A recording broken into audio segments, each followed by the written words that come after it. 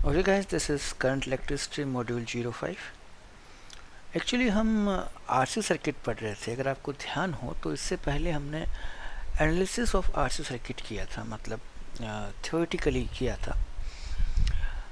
इस मॉड्यूल में हम दो चीज़ें करेंगे। एक तो circuit analysis when switch is just closed, और एक circuit analysis when switch is closed for very long time, है ना। तो दो टाइम की प्रॉब्लम्स करेंगे। हम जानते हैं कि अगर स्विच इज जस्ट क्लोज्ड हो तो हम कैपेसिटर को रिमूव करके उसकी जगह आप क्या लगा सकते हैं सर? कंडक्टिंग वायर लगा सकते हैं। और अगर long after closing the switch तो कैपेसिटर कंप्लीटली रिमूव कर सकते हैं। ये हमारा कंसेप्ट था। हमने कहा ये क्वेश्चन देखिए, ये रेजिस्टेंस है, ये आर है, यहाँ पे आपने एक कैपेसिटेंस लगा दिया, ये सी है, यहाँ आपने एक रेजिस्टेंस लगा दिया, ये आर है, ठीक है सर। यहाँ आपने एक बैटरी लगा दी, ईएमएफ ई है, यहाँ एक रेजिस्टेंस आर है, ये एक स्विच है, ये एक स्विच है, ये रेजिस्टेंस आर है, ये एक कैपेसिटर है दैट इज सी, और ये भी एक कैपेसिटर है दैट इज सी, ये भी एक कैपेसिटर है दैट इज सी। अब देखिए कि सर्किट ये है आपका, दिखाई दे रहा है आपको सर्किट। इस सर्किट में फ्लो करने वाली करंट चाहिए थ्रू दिस रेजिस्टेंस, जो कि ए बी के अलॉन्ग है या ए बी के बीच में है। Calculate current flowing through R A B. A और बी के बीच में जो रेजिस्टेंस है उसको मैंने आर ए बी बोल दिया है। When switch is just closed, when switch is just closed, ठीक है सर, कोई इश्यू नहीं। कंडीशन ये है कि जस्ट क्लोज है, तो इस कैपेसिटर को हटा के मैं यहाँ पे वायर लगा सकता हूँ, इस कैपेसिटर को हटा के मैं यहाँ पे वायर लगा सकता हूँ, इस कैपेसिटर को हटा के मैं यहाँ पे वायर लगा सकता हूँ, और तो मैं कुछ कर नहीं सकता, ठीक है। तो मेरा जो सर्किट है वो ऐसा बन जाएगा, यहाँ वायर लग गया तो ये आर और ये आर, ये किस में हो गया सर? सीरीज़ में। ये क्या हो गया सर? सीरीज़ में हो गया ना सर। और ज़रा कंडीशन देखिएगा आप, मैं कहूँ कि ये पॉइंट जीरो है तो ये पॉइंट भी क्या होगा? जीरो। अब यहाँ तो कैपेसिटर तो है नहीं, यहाँ पे तो वायर है, तो ये भी क्या हो गया? जीरो। ये भी क्या हो गया? जीरो। यहाँ कैपेसिटर तो है नहीं, यहाँ पे तो वायर है, कंडक्टिंग वायर, तो ये भी क्या हो गया? जीरो। तो आप देख सकते हैं कि ये पूरा का पूरा सर्किट शॉर्ट हो गया, शॉर्ट सर्किट। ये पूरा का पूरा सर्किट क्या हो गया सर? शॉर्ट हो गया। इसको हटा दीजिए। तो अब सिचुएशन क्या बनी है आपकी? ये ई होगा, ये आर होगा, ये ए है, ये बी है, ठीक है सर। कैपेसिटर गया, और ये आपका क्या है सर? आर। सिचुएशन ऐसी है। अब जरा देखिए, आराम से देखिए, ये आर और ये आर, क्योंकि अगर ये जीरो है, ये जीरो है, ये जीरो है, तो ये क्या है सर? ई है। ये आर और ये आर, ये किस में होंगे सर? पैरेलल में होंगे। तो आर और आर कितना हो गया sir? R by two. R और आर क्या हो गया? पैरेलल में आर बाई टू। तो सिचुएशन ऐसी बन जाएगी, ई, और ये कितना है सर? R by two. कितनी करंट फ्लो करेगी sir? I equals to E upon R by two, तो 2E बाई आर। तो यहाँ से जो करंट आएगी वो कितनी है सर?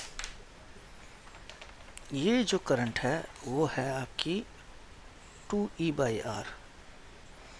इधर भी आर है, इधर भी आर है, तो इधर कितनी जाएगी? E by R. इधर कितनी जाएगी? E by R. तो current through R A B वो कितनी है सर? आपकी E बाई आर। कोई घबराने वाली बात नहीं है। Just after closing the switch, just after closing the switch capacitor हटा के उसकी जगह क्या लगा देते हैं सर, कंडक्टिंग वायर। तो यहाँ पे कंडक्टिंग वायर लगा दिया, यहाँ पे कंडक्टिंग वायर लगा दिया, यहाँ पे कंडक्टिंग वायर लगा दिया, कैपेसिटर रिमूव कर दिया। ठीक है। अगर मैंने यहाँ का पोटेंशियल जीरो माना है तो ये भी जीरो होगा, ये भी जीरो होगा, ये भी जीरो होगा, तो ये पूरा सर्किट सेम पोटेंशियल के बीच में है, तो शॉर्ट हो गया। ये जीरो है तो इसको अपन क्या बोलते हैं, ई। तो अब देखते हैं केवल दो रेजिस्टेंस जो है वो की पड़े, और ये दोनों किस में है सर, पैरेलल में। तो ये कितना हो गया, R/2 है ना, सर्किट ये बन गया। तो I equals to E upon R/2, तो 2E/R है ना। टोटल करंट कितनी आ रही है यहाँ से, 2E/R, तो E/R इसमें जाएगी, E/R इसमें जाएगी। ठीक है, मेरे हिसाब से कोई दिक्कत नहीं है। ठीक है। नेक्स्ट क्वेश्चन देखिए,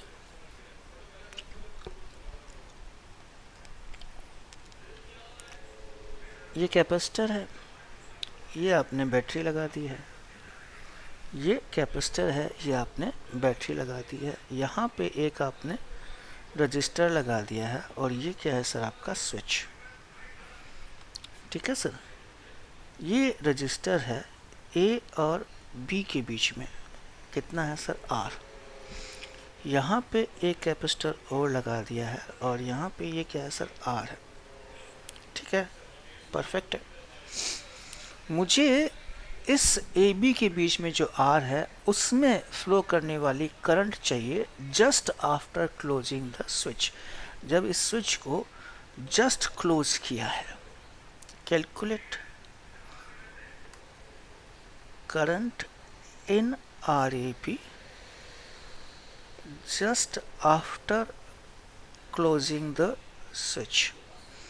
जस्ट आफ्टर है मतलब जहाँ जहाँ कैपेसिटर है वहाँ वहाँ क्या लगा दीजिए सर, वायर लगा दीजिए। जैसे यहाँ कैपेसिटर था तो यहाँ क्या आ गया सर, वायर आ गया। ठीक है सर, ये ए है,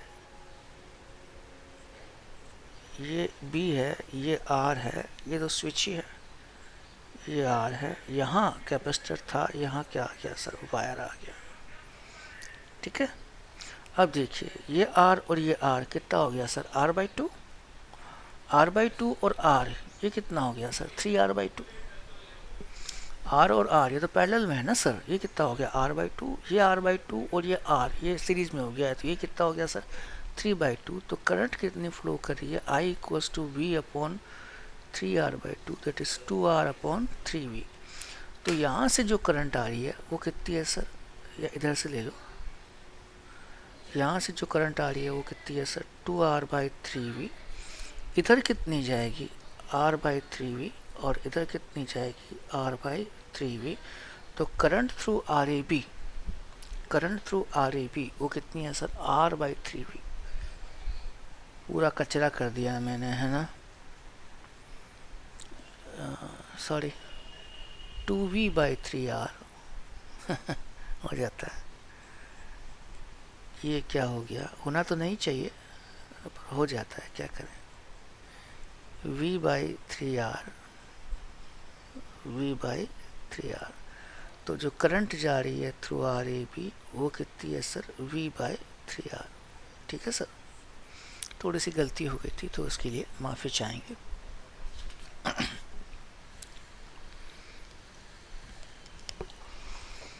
ये तो अपन ने कुछ क्वेश्चंस किए थे just after closing the switch. अब हम बात करेंगे long after closing the switch. क्या बात करेंगे, long after closing the switch. Long after closing the switch को अपन स्टेडी स्टेट भी बोलते हैं। क्या बोलते हैं सर, स्टेडी स्टेट।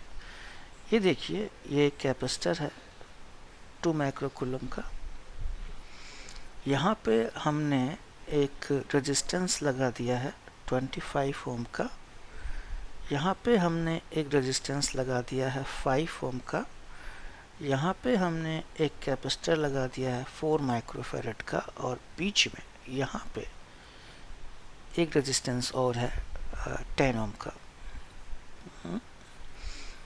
इसको और इसको एक बैटरी से कनेक्ट कर दिया है, दैट इज 100 वोल्ट। ये स्विच है, this is what, switch. When switch S is closed, find charges on each capacitor after long long after closing the switch, और long after closing the switch को अपन क्या बोलते हैं सर, स्टेडी स्टेट भी बोलते हैं. When switch S is closed, when switch S is closed, find charges on each capacitor. दो ही कैपेसिटर है. long after closing the switch, long after closing the switch, or when capacitors are in steady state. मैंने कहा था ना, बार बार कह रहा हूँ, दोनों एक ही बात है. Long after closing the switch और कैपेसिटर इन स्टेडी स्टेट दोनों एक ही बात है. देखिए सर, होगा क्या, ये 100 वोल्ट है, करंट इधर से जाएगी, करंट यहाँ पहुँची, करंट इधर नहीं जा सकती. क्यों? ये कम्प्लीटली चार्ज है, स्टेडी स्टेट में है. स्टेडी स्टेट में आप कैपेसिटर को रिमूव कर सकते हैं, किसी काम का नहीं है, ये फुली चार्ज है, तो करंट इधर से जाएगी. 5 ओम यहाँ पहुँचे, एक रास्ता इधर है, एक रास्ता इधर है, इधर नहीं जा सकता. क्यों नहीं जा सकता? अरे कैपेसिटर स्टेडी स्टेट में है, मतलब फुल्ली चार्ज है. आप लॉन्ग आफ्टर में क्या कर सकते हैं, कैपेसिटर को रिमूव भी कर सकते हैं, तो करंट इधर जाएगी, करंट यहाँ जाएगी. करंट के पास दो रास्ते हैं, इधर या इधर. इधर नहीं जा सकती, रीजन पता है, तो इधर जाएगी, इधर जाएगी और इधर निकल गई. तो आप देखिए, ये 5, 10 और 25 ये तो सीरीज में हो गए. तो जो नेट रेजिस्टेंस आएगा 5 और 10, 15, 15 और 25 कितना हो गया, 40. तो करंट जो फ्लो करेगी इसमें, जो करंट फ्लो कर रही है, current flowing in the circuit, वो हो गई I = 100/40. ये हो गया तुम्हारा 5/2 एम्पियर. 5/2 एम्पियर. कोई दिक्कत नहीं है, ऑल वेल. फिर मैंने कहा कि मुझे इसके अक्रॉस क्या चाहिए सर, पोटेंशियल चाहिए. मुझे इसके अक्रॉस क्या चाहिए सर, पोटेंशियल चाहिए. अगर इसके अक्रॉस पोटेंशियल मिल जाएगा तो इसके अक्रॉस मुझे क्या मिल जाएगा, चार्ज. Q = क्या होता है, CV. Q = क्या होता है सर, CV. तो मैंने कहा कि ये A है, मैंने कहा कि ये A है, मैंने कहा कि ये B है, तो मुझे VAB चाहिए. मुझे क्या चाहिए सर, VAB. मुझे क्या चाहिए सर, VAB. तो A, इसको मैंने क्या बोल दिया, C. अब जरा देखना, मैं किरचॉफ लगाऊंगा A से B वाया C, है ना. KVL from A to B, KVL from A to B, plus minus. अब देखिए, VA -5I -10I = VB. Potential at A = potential across 5 ohm plus क्या बोल रहा हूँ, potential at A minus potential at 5, potential at 10 = VB. So VA minus VB = कितना हो गया, 15I, और I की वैल्यू कितनी है, 5/2, तो ये कितना हो गया, 75/2 वोल्ट. तो इसके क्रॉस पोटेंशियल ड्रॉप आ गया. जो ही इसके क्रॉस पोटेंशियल ड्रॉप आया, चार्ज आ जाएगा. Charge across 2 microcoulomb. CV, C कितना है, 2 माइक्रोकूलम, 75/2 वोल्ट. ये तुम्हारा हो गया 75. ये माइक्रोकूलम नहीं होता है, ये माइक्रोफेरेड होता है. दैट विल बी 75 माइक्रोकूलम, ये फेरेड. ठीक है, आई थिंक कोई दिक्कत नहीं है. दिक्कत है तो बताएं. कुछ नहीं किया मैंने, इस दो के अक्रॉस मैंने पोटेंशियल निकाला है, तो उसके लिए मैं किरचॉफ लगाऊंगा. यहाँ A बोल दिया, यहाँ B बोल दिया, तो इसके अक्रॉस पोटेंशियल चाहिए, तो मैं किरचॉफ यूज़ करूँगा, क्योंकि इसके अक्रॉस मुझे, इसके अलॉन्ग मुझे करंट पता है. तो VA, इसके अक्रॉस पोटेंशियल, इसके अक्रॉस पोटेंशियल = VB. ठीक है, जो ही पोटेंशियल निकला, Q = क्या होता है सर, CV. अब इसके अक्रॉस चाहिए, तो मैंने कहा कि ये B है, तो इसको क्या बोल दूँ, D. तो ये भी क्या होगा, D ही होगा. तो पोटेंशियल अक्रॉस BD निकाल लूँ, पोटेंशियल अक्रॉस CD निकाल लूँ, पोटेंशियल अक्रॉस CD. तरीका वही, कौन सा, किरचॉफ। देखो KVL along CD C to D, VC minus 10I minus 25I is equals to VD. VC minus VDI, VC minus VD is equals to 35I। 35I की value 5/2 है, 5/2। 35 into 5 कितना होता है? 140 175/2 वोल्ट, 175/2 वोल्ट। अब इसके across potential पता है, तो चार्ज ऑन 4 माइक्रोफेरेड, ये हो गया C इंटू वी। C कितना है? 4 माइक्रोफेरेड। चार्ज कितना है? 175/2 वोल्ट, तो ये कितना आएगा? 350 माइक्रोकूलम हो गया। 350 माइक्रोकूलम हो गया सर। ठीक है सर, आसान है। ठीक है, अगर आपको चार्ज निकालना है स्टेडी स्टेट में कैपेसिटर के अक्रॉस, तो उसके अक्रॉस क्या निकालिए सर? पोटेंशियल निकाल दीजिए। उसके अक्रॉस क्या निकाल दीजिए सर? पोटेंशियल निकाल दीजिए। सिचुएशन अपने आप क्या हो जाएगी सर? कंट्रोल में आ जाएगी। क्वेश्चन देखिए, जितने क्वेश्चंस करेंगे उतना ही अपन क्या रहेंगे सर? फायदे में रहेंगे। ठीक है, ये देखिए, ये कितना है? 4 ओम। ये कितना है? 40 वोल्ट। ठीक है सर, ये भी कितना है? 4 ओम। ये कितना है? 2 ओम। ये कितना है? 40 वोल्ट। ये कितना है? 5 माइक्रोफेरेड। ये कितना है? 4 ओम। ये कितना है? 4 ओम। ये कितना है? 20 वोल्ट। ये कितना है? 4 ओम। ये सर्किट बना दिया आपने। This is circuit. आपसे क्या कहा जा रहा है कि एक ही कैपेसिटर है, इस कैपेसिटर पे कितना चार्ज है in steady state. Find charge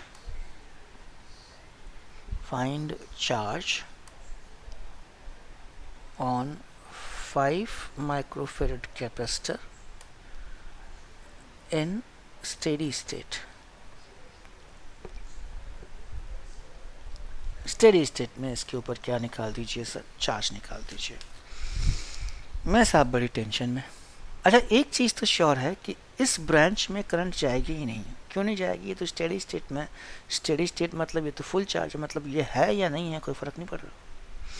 ये है या नहीं है कोई फ़र्क नहीं पड़ रहा, मतलब इस ब्रांच में करंट जा ही नहीं रही। तो मैं मान लेता हूँ कि इस ब्रांच में या इस लूप में जो करंट फ्लो कर रही है वो I1 है, और इस लूप में जो करंट फ्लो कर रही है वो क्या है सर? I2 है।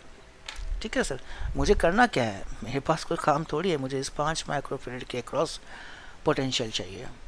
मेरा एम एक ही है कि इस 5 माइक्रोफेरेड के ऊपर, इस 5 माइक्रोफेरेड कैपेसिटर के अक्रॉस आप मुझे पोटेंशियल दे दीजिए, बाकी मैं खुद देख लूँगा, है ना।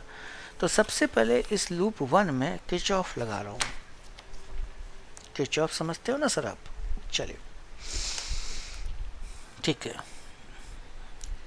KVL इन लूप 1 है, इसको 1 बोल दीजिए, लूप 1।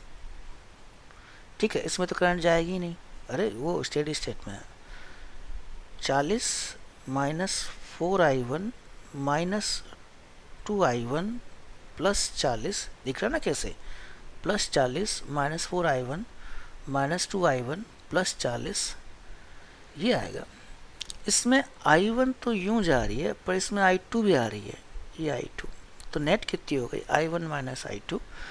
तो ये तुम्हारा हो गया -4I1 minus I2 equals to 0। I1 भी जा रही है लेकिन उल्टी I2 आ रही है, तो नेट कितनी होगी sir? I1 minus I2। Solve कर लें हल्का सा। -4 -2 कितना हो गया? -6 और -4 -10I1 plus 4I2 plus 4i2 plus 80 equals to 0। हल्का सा सॉल्व भी कर सकते हैं। -5i1 plus 2i2 plus 40 equals to 0, ये इक्वेशन नंबर 1 है। Now will go to loop 2। ये नीचे वाला लूप 2 है। दिखाई दिया आपको? नहीं दिखाई दिया? दिखाई दिया, गुड। यूं जाऊंगा तो प्लस पहले आया, KVL इन लूप 2, ठीक है, -20। फिर ये आएगा -4, i2 जा रहा है लेकिन i1 वापस आ रहा है। i2 जा रहा है लेकिन i1 वापस आ रहा है, तो -4 i2 माइनस i1, इसमें तो i2 ही होगा, ऊपर तो कुछ करंट जा नहीं रही, तो -4 i2, और इसमें भी i2 ही होगा, तो -4 i2 इक्वल्स टू 0। वापस देख लीजिए, -20, i2 जा रहा है लेकिन i1 वापस आ रहा है, तो नेट कितना हुआ? i2 ध्यान रखना, ऊपर होगा i1 माइनस i2, नीचे क्या होगा? i2 माइनस i1, है ना, रायता नहीं फैलाना। -4 i2 -4 i2 -4 i2 कितना हो गया? -12 i2 plus 4 i1 plus 4 i1, check कर लो, -12 i2, 12 ही होएगा ना, -12 i2 minus plus 4 i1 -20 equals to 0, -20 equals to 0। अब इसको क्या करना पड़ेगा सर? सॉल्व करना पड़ेगा। इसको 6 से मल्टीप्लाई कर ले, -30 i1 plus 12 i2 plus 240 equals to 0, cut गया, -26 i1 plus 220 equals to 0, i1 equals to 220 upon 26, 2 से कटेगा, कितना आ जाएगा सर? 110/13 एम्पियर, है ना। i1 की वैल्यू किसी भी एक में रख दीजिए, तो i2 की वैल्यू जो आती है, मैंने यहाँ पे सॉल्व कर रखा है, ये आती है 15/13 एम्पियर, 15/13 एम्पियर। तो मुझे i1 पता है, मुझे i2 पता है। अब मुझे 5 माइक्रोफेरेड के अक्रॉस पोटेंशियल चाहिए, तो इसको A बोल दूं और इसको B बोल दूं, इसको C बोल दूं। मैं यूं जाऊंगा ACB via ACB via ACB ACB, KVL from A to B,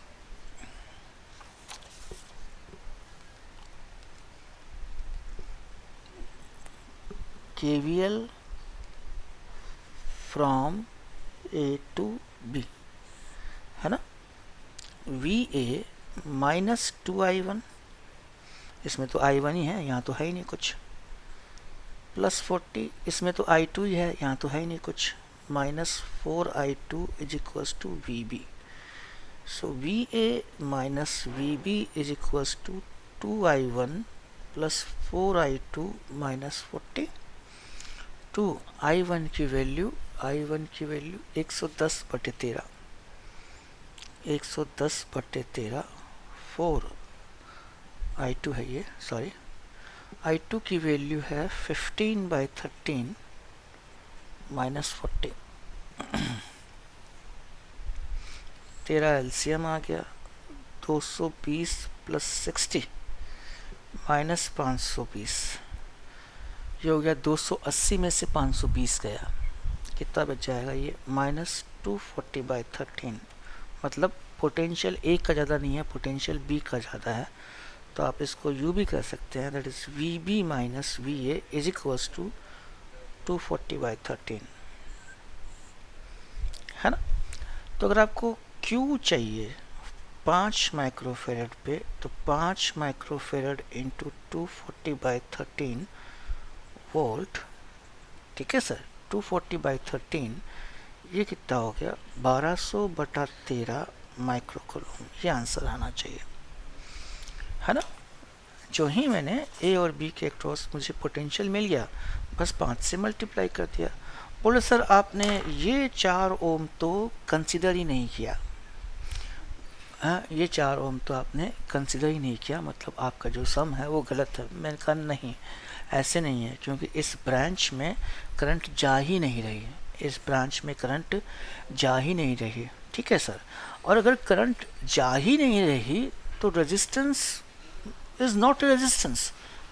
resistance, इसको आप कंडक्टिंग वायर मान सकते हैं। रेजिस्टेंस कब है, जब वो अपोज करे। वो अपोज कब कर सकता है, जब करंट फ्लो करे। तो ये 4 ओम को हम एक वायर से रिप्लेस कर सकते हैं। ये 4 ओम है या नहीं है कोई फर्क नहीं पड़ता, क्योंकि करंट तो जा ही नहीं रही, क्योंकि करंट तो जा ही नहीं रही।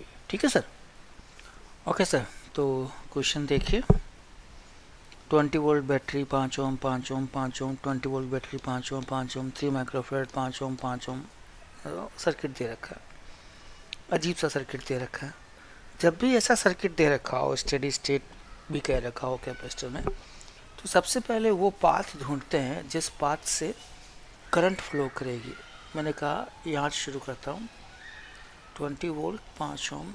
अब करंट इधर जा सकती है, करंट नीचे भी आ सकती है, करंट इधर नहीं जा सकती। क्यों नहीं जा सकती, ये कैपेसिटर जो है वो स्टेडी स्टेट में है, मतलब कम्प्लीटली चार्ज है और चार्ज लेगा नहीं, तो इधर जाएगा नहीं, तो मतलब इधर जाएगा। इधर जाएगा तो यहाँ तो कोई इश्यू है ही नहीं, इधर ही जाएगा, इधर जाएगा। अब यहाँ जाके करंट इस तरफ जा सकती है और इस तरफ भी जा सकती है। इस तरफ जाएगी नहीं, क्योंकि यहाँ कैपेसिटर है वो स्टेडी स्टेट में है, सीधा जाएगा। इधर जाएगा नहीं, इधर कैपेसिटर है, इधर गया। इधर जाएगा नहीं, इधर कैपेसिटर है, इधर जाएगा नहीं, इधर कैपेसिटर है, इधर जाएगा नहीं, इधर कैपेसिटर है, इधर भी नहीं जाएगा क्योंकि इधर तो बैटरी है। फिर आगे जाके 2 कैपेसिटर है, रास्ता ब्लॉक हो गया, तो इधर से नहीं जाएगा, तो यूं जाएगा, यूं जाएगा, देन यूं जाएगा, फिर इधर नहीं जाएगा और इधर चला गया। तो इस पाथ से करंट फ्लो करेगी। आपको दिखाई दे रहा है ये पाथ। अब ये जो करंट फ्लो कर रही है, ये करंट कितनी होगी, तो सबसे बड़े तो अपन देख लेते हैं कि इक्विवेलेंट ईएमएफ कितना होगा। 20 सेम डायरेक्शन में, तो 20 और 20 40, और सेम डायरेक्शन में 20 20 और 40 और कितना हो गया 60। सारे जो रेजिस्टेंस है वो 5 ओम है, और सारे के सारे किस में है सर, सीरीज में है। तो 1 2 3 4 5 6 7 8 8 5 40। तो जो करंट फ्लो कर रही है वो 3/2 एम्पियर है। जो करंट फ्लो कर रही है दैट इज 3/2 एम्पियर या 1.5 एम्पियर इस सर्किट में।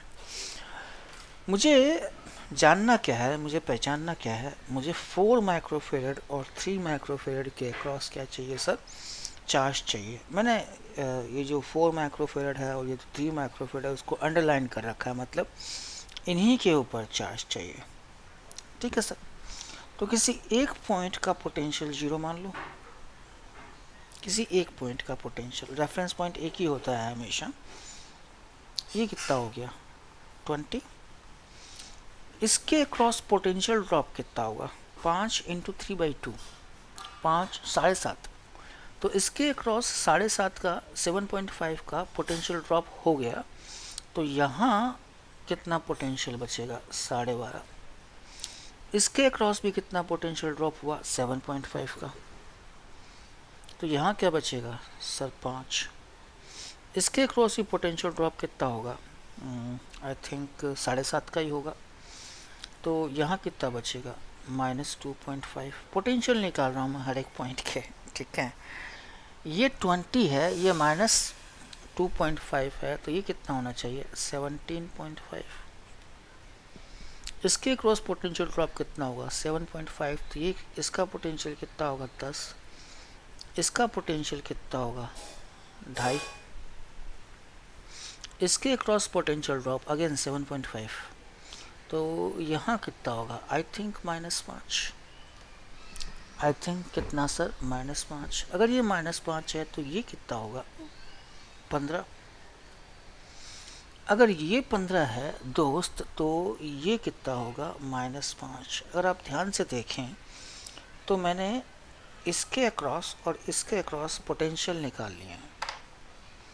इसके अक्रॉस और इसके अक्रॉस क्या निकाल लिए हैं सर, पोटेंशियल निकाल लिए हैं, है ना, क्लियरली निकाल लिए हैं। ठीक है, अगर मुझे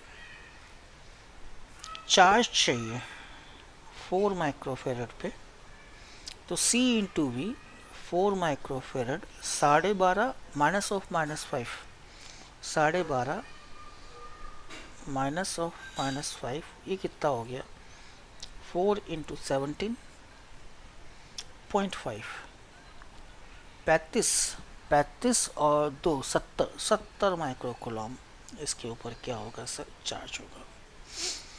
अगर मैं इसकी बात करूं, चार्ज ऑन 3 माइक्रोफेरड, तो 3 माइक्रोफेरड 0 माइनस ऑफ -5 कितना हो गया सर, 15 माइक्रोफेरड, कितना होगा, not microfarad, microcoulomb. That's all. तो एक बहुत ही मुश्किल दिखने वाली जो प्रॉब्लम है वो अपने बहुत ही सुंदरता के साथ अपन ने उस क्वेश्चन को कर लिया। ठीक है, एक दो एग्जाम्पल और लेंगे अपन स्टेडी स्टेट के, देखते हैं क्या कर सकते हैं। देखो क्वेश्चन, देखो क्या, देखो क्वेश्चन देखो, ये 20 वोल्ट की बैटरी है, ये 10 ओम का रेजिस्टेंस है, ये 10 ओम का रेजिस्टेंस है, ठीक है। देन मैं यूं गया हूं और मैंने कहा कि ये 30 वोल्ट की बैटरी है, 30 वोल्ट की बैटरी है। देन मैं यूं गया हूं और मैंने कहा कि ये 4 ओम का रेजिस्टेंस है, 12 12 8 20 20 20 20 और 10 लेता हूँ। मैंने कहा कि ये 10 वोल्ट की बैटरी है लेकिन ऑपोजिट है, और हमने कहा कि ये रेजिस्टेंस है और ये कितना है सर, 6 ओम। ठीक है, कोई दिक्कत नहीं। यहाँ पे देखिए एक पॉइंट ले लिया अपन ने, यहाँ पे 4 ओम का रजिस्टर लगा दिया और एक कैपेसिटर लगा दिया है, दैट इज ऑफ 8 माइक्रोफेरड। ठीक है सर, यहाँ इधर डायरेक्ट एक 2 माइक्रोफेरड का कैपेसिटर लगा दिया है, यहाँ पर भी 8 ओम का रजिस्टर है और 4 माइक्रोफेरड कैपेसिटर का कैपेसिटर लगा दिया। ठीक है, तो 2 माइक्रोफेरड, 8 माइक्रोफेरड एंड 4 माइक्रोफेरड। ठीक है सर। हम कह रहे हैं कि सर्किट स्टेडी स्टेट में है। सर्किट किस में है सर, स्टेडी स्टेट में है। अगर सर्किट स्टेडी स्टेट में है तो मुझे इस 8 माइक्रोफेरड और इस 4 माइक्रोफेरड के ऊपर चार्ज चाहिए। Calculate charges on 8 microfarad and 4 microfarad in steady state, है ना। जब भी ऐसे क्वेश्चन होते हैं आपको एक पाथ देखना पड़ेगा जिस पाथ के अलोंग करंट फ्लो करेगी। तो यहाँ से शुरू करूँ, यूँ जाएंगे, यूँ जाएंगे, यूँ ऊपर नहीं जाएंगे, यूँ जाएंगे, यूँ जाएंगे, इधर नहीं जाएंगे, यूँ जाएंगे और यूँ जाएंगे। अब देखिए करंट निकालनी है। 20 और 30 तो सपोर्ट करेगा, 20 और 30 कितना हो गया 50, 50 और 10 अपोज करेगा, 50 और -10 कितना हो गया 40। रेजिस्टेंस कितना है 10 और 4 14, 14 और 6 20। कितनी करंट फ्लो कर रही है सर, 2 एम्पियर। कितनी करंट फ्लो कर रही है सर, 2 एम्पियर। ठीक है, किसी एक को रेफरेंस मान लीजिए, किसी एक को रेफरेंस मान लीजिए। तो ये मेरा रेफरेंस है, ये कितना हो गया 20। इसके अक्रॉस पोटेंशियल ड्रॉप भी कितना होगा 20 ही होगा, करंट लो है। तो यहाँ पोटेंशियल कितना हो गया 0, यहाँ पर भी कितना होगा 0, यहाँ कितना होगा 30, यहाँ कितना होगा 30। 4 और 2 कितना होता है सर, 4 और 2 ये होता है 8। तो यहाँ कितना होगा 22, यहाँ 22 है, ये 10 है, तो ये कितना होगा सर 12। 6 और 2 12, ये 0 आ गया, है ना। बस ये पोटेंशियल नहीं पता। इस पोटेंशियल को पता करने के लिए अपन क्या लगाने वाले हैं सर, नोडल। तो यहाँ का पोटेंशियल x मान ले, यहाँ का पोटेंशियल x मान ले, ठीक किया। देखो अपन क्या कर सकते हैं, nodal equation for x, nodal equation for x, 2x minus 0, 2x minus 0, 8x minus 22 plus 4x minus 0 equals to 0। दो ये कितना हो गया, 4, 4 एक 5, 5 और 2 7, 7x इक्वल्स टू 88। चेक कर लो आराम से, 1 5 तो 7, 88। सो x इक्वल्स टू कितना हो गया सर, 88/7। x इक्वल्स टू कितना हो गया सर, 88/7। ठीक है, तो अगर मुझे इस 2 माइक्रोफेरेड पे चाहिए चार्ज, 2 माइक्रोफेरेड, तो कितना हो गया, 2 इंटू एक्स माइनस 0। ठीक है, तो 2 इंटू 88/7 माइक्रोकूलम, यहाँ मुझे चाहिए ही नहीं। अगर मुझे इसके क्रॉस चाहिए Q 4 माइक्रोफेरेड, Q कितना है सर, 4 माइक्रोफेरेड, तो x माइनस 0 ही है, तो 4 88/7 माइनस 0, 4 इंटू 88/7 माइक्रोकूलम। हाँ, सॉल्व नहीं किया, मेरी मर्जी। Q 8 माइक्रोफेरेड, ये कितना हो गया, x माइनस 22 इंटू 8, 88/7 माइनस 22, जो भी आंसर आता है। आपने एक चीज़ देखी होगी, मैंने नोडल लगा दिया, यहाँ तो नोडल लग सकती थी, कोई दिक्कत नहीं है, मैंने नोडल यहाँ पर भी लगा दी, जबकि यहाँ पे रेजिस्टेंस अवेलेबल है। मैं नोडल यहाँ पर भी लगा दी क्योंकि रेजिस्टेंस यहाँ पर भी अवेलेबल है। तो जब भी इस तरह की तकलीफ़ होती है तो मेरे पास एक ही आंसर होता है कि भैया ये कैपेसिटर जो है वो स्टेडी स्टेट में है, तो इस ब्रांच में करंट जाएगी ही नहीं। अगर इस ब्रांच में करंट जाएगी ही नहीं तो रेजिस्टेंस बिना करंट के रेजिस्टेंस नहीं होता, आप उसको एक as a conducting wire replace कर सकते हो। सेम इज़ हियर, इस ब्रांच में करंट जाएगी ही नहीं क्योंकि कैपेसिटर क्या है सर, स्टेडी स्टेट में है। तो कैपेसिटर बिना करंट के किसी काम का नहीं है। आप उसको भाई अपोज किसको करेगा, अपोज करने के लिए कुछ होना चाहिए ना, है ना, करंट तो है ही नहीं, तो आप इसको सिंपली किससे रिप्लेस कर सकते हो सर, कंडक्टिंग वायर से रिप्लेस कर सकते हो, कोई इश्यू नहीं है इसमें। ठीक है सर, बराबर। आई डोंट थिंक, मैंने कैलकुलेशन नहीं करी, ठीक है, ओके, ऑल वेल। क्या है सर, ऑल वेल है, ज़रूरत नहीं है, ज़रूरत तो होती ही होगी, मतलब आप लोग कर लीजिएगा, सब कुछ मैं ही करूँ ये ज़रूरी तो नहीं है, है ना। ठीक है सर, ओके।